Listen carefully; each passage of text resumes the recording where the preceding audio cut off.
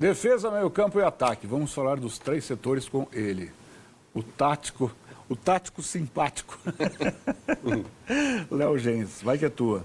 Vamos lá então, Kaká. Como com algumas alterações o Felipe Luiz conseguiu resolver o jogo a favor do Flamengo? Caso técnico da equipe rubro-negra, né? Vamos colocar o campinho primeiro para deixar bem claro como é que era feita essa pressão pelo Cruz Azul, que dificultou muito a vida do Flamengo. Então, Rossi vai sair com a bola, ele vai acionar o Léo Ortiz. Os encaixes já estão muito bem definidos aqui.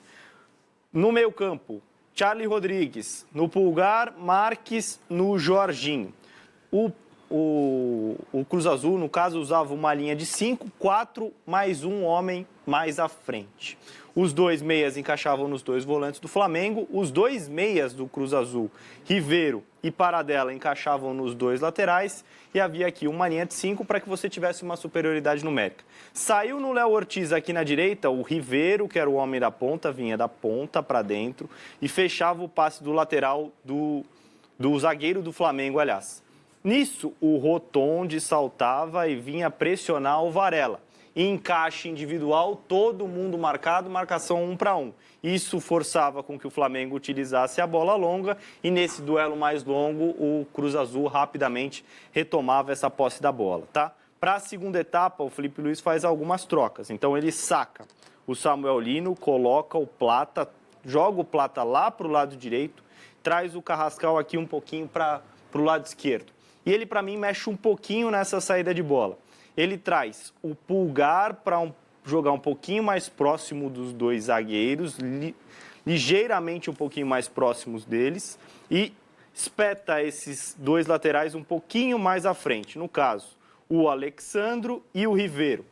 Qual era a intenção do Felipe Luiz? Abrir um pouco mais esses 2 zagueiros e forçar que esse meia do lado, no caso o Paradela, saltasse no zagueiro do Flamengo. No momento em que ele saltava no zagueiro do Flamengo, abria-se um espaço para o lateral jogar. E aí gerava uma situação de 2 contra 1 contra esse ala desse lado aqui, no caso o Sanches. Aqui uma combinação entre Carrascal e Alexandro, e no caso depois acabou sendo o Cebolinha que entrou no lugar do Carrascal. Isso vai ficar muito claro no segundo gol do Flamengo. Então vamos mostrar para quem está em casa como essa dinâmica realmente aconteceu no jogo. Saída de bola, o Pulgar vai acionar o Léo Pereira lá do lado esquerdo, ele vai atrair o Paradela, nisso um zagueiro já saltou no Cebolinha. Abriu um espaço, o Sanches fica na dúvida. Fico no Arrasca ou subo no Alexandro? 2 contra 1. Novamente, o Dita volta para fechar a última linha para acompanhar o Arrascaeta. No momento em que o Cebolinha receber a bola, novamente um zagueiro do Cruz Azul vai ter que saltar no Cebolinha. E vai ser justamente nesse espaço deixado pelo zagueiro do Cruz Azul que o Arrascaeta vai entrar. Muita inteligência do jogador uruguaio que vai tentar o passe para depois finalizar e marcar o segundo gol do Flamengo. Muito bem. Belíssima análise. Super, bastante importante, né? O Léo falou sobre um jogador que eu acho que foi fundamental no primeiro tempo também, o Paradela, argentino, né? Um jogador que teve a prerrogativa de se movimentar por todo o campo ofensivo. Por hora ele aparecia no lado esquerdo e provocava ali problemas ao Flamengo. Eu queria fazer um elogio ao Ivan Drago. Opa! Isso, com quem por eu isso tenho que o debates clima mudou. acalorados aqui. Não é todo dia que isso acontece. Não, por isso que a acontece. ventania tá tomando É conta ventania. Choveu pra caramba ontem. Ai, manda. Não, é o seguinte, o Ivan foi muito feliz e felizmente aqui nesse programa, pro meu gosto, pelo menos, a gente não cai em alguns lugares comuns, né? Eu detesto o termo saidinha, eu não gosto desse termo. E o Ivan foi muito feliz quando falou sobre um erro técnico e não um erro de concepção de jogo. Eu acho isso muito legal. E outra coisa também, aqui o Felipe Luiz nunca foi chamado de estagiário. Um técnico que se mostrou muito bom.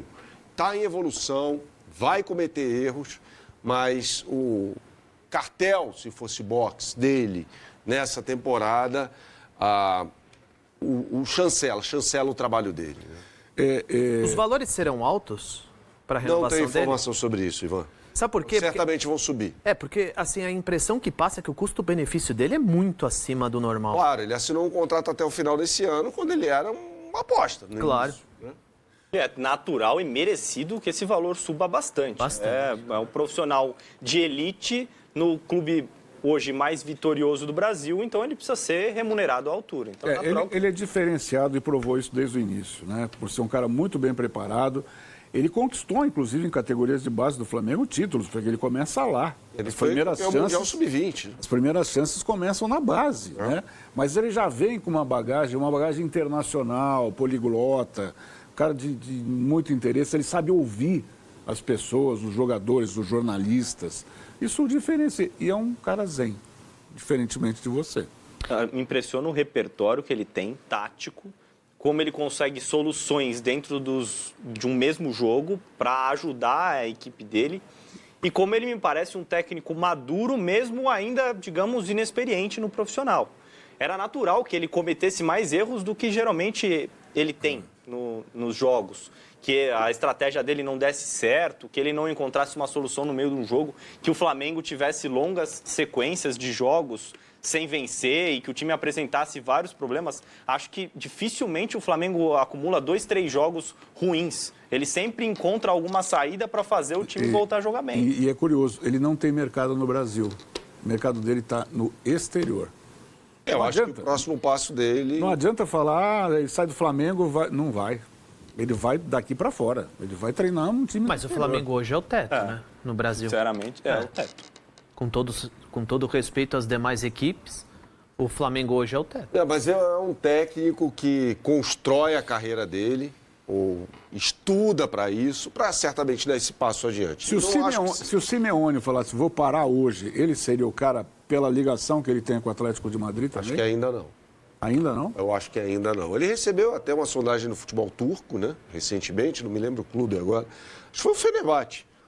Ele tinha dispensado o Zé Mourinho e o Flamengo nem abriu negociação, ele também falou, não, vou ficar no Flamengo e tal.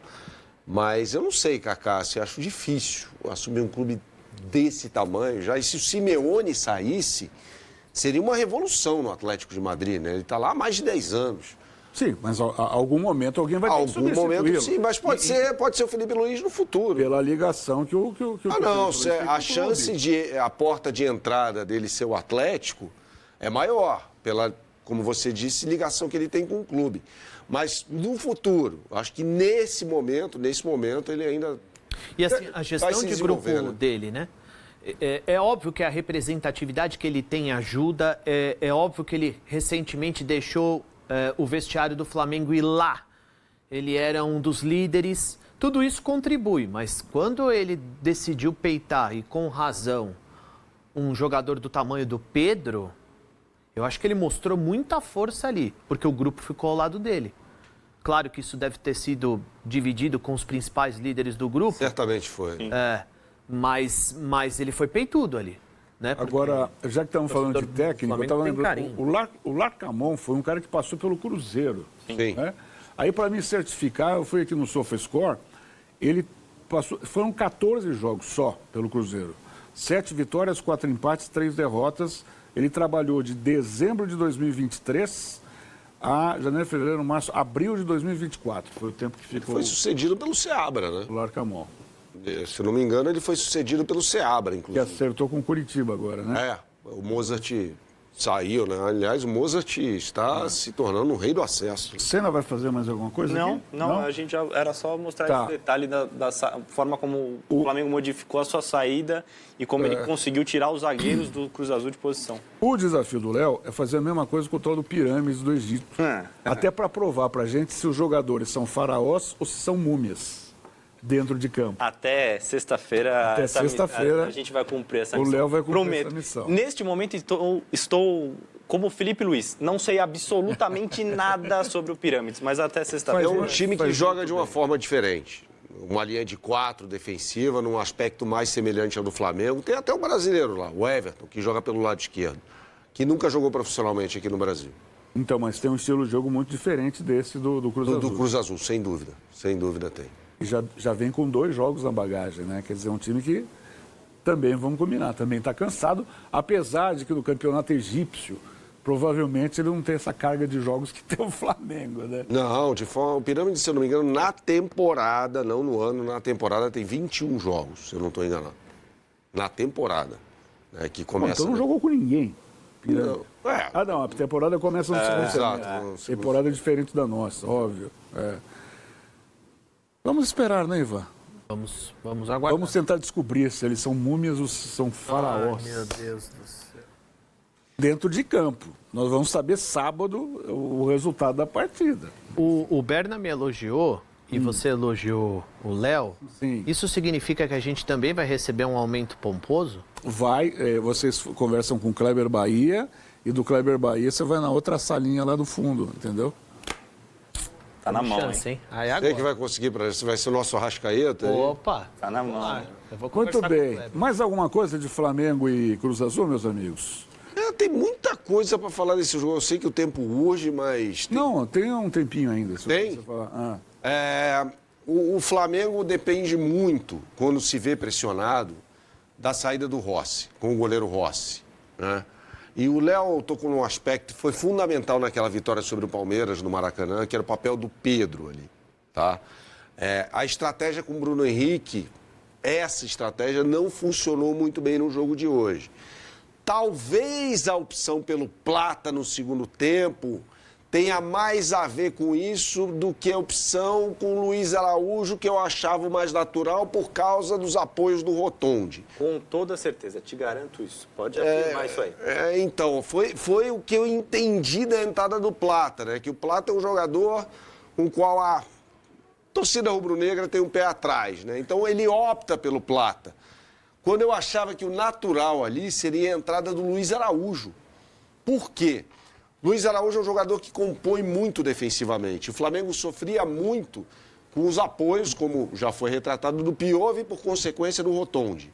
E quando o Paradela caia por ali, era um inferno. Então, o que fez o Felipe Luiz? Ele não fez o óbvio. Ele coloca um jogador que possibilita uma construção de jogo pela bola longa do Rossi melhor e coloca um jogador para atacar o espaço. Ele fala, eu não vou defender, você vai me defender. Né? Porque o Plata entrou pelo lado direito, como a gente falou anteriormente, o carro foi lá para o lado esquerdo. Então ele fala, eu vou te intimidar aqui. Né? Não fez o óbvio, então ponto para ele. Eu discuti, né, a alteração, a entrada do Saul ao invés do Everton Araújo. Né? Eu acho que o Everton Araújo era o mais indicado para entrar, mas era ele nos estertores da partida. Mas nessa alteração ele foi bem.